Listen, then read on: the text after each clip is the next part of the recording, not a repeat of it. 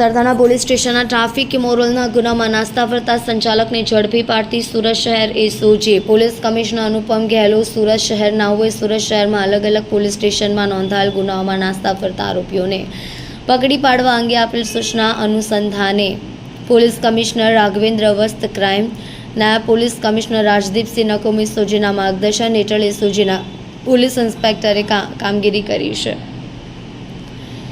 એસઓજીની ટીમના માણસો શહેર વિસ્તારમાં પેટ્રોલિંગમાં હતા। તે દરમિયાન ASI Jalubhai Maganbhai assistant head constable Ramjibhai મોહનભાઈને મળેલ બાતમીને આધારે ડાયમંડ નગર લસકાણા પાસેથી આરોપી દિનેશભાઈ પોપટભાઈ હરખાણી ઉંમર 51 રહેવાસી flat number C1504 Sundaram apartment Savaliya circle Yogi Chowk પાસે સરથાણા સુરત મૂળ વતન બંધાળા વિસાવદર જૂનાગઢવાળાને ઝડપી પાડવામાં આવેલ છે।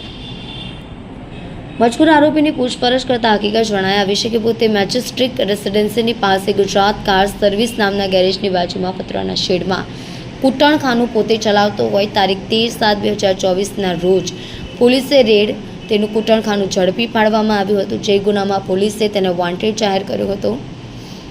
પોલીસથી બચવા પોતે નાસ્તો ફરતો હોવાની હકીકત જણાવી છે। ઉપરોક્ત આરોપી Sarthana police station 2024 the immoral traffic prevention act કલમ 1956ની કલમ 3, 4, 5, 7 મુજબના ગુનામાં નાસ્તો ફરતો હોય તેના વિરુદ્ધ કાયદેસરની કાર્યવાહી કરી આરોપીઓને સરથાણા પોલીસ સ્ટેશનમાં સોંપેલ છે।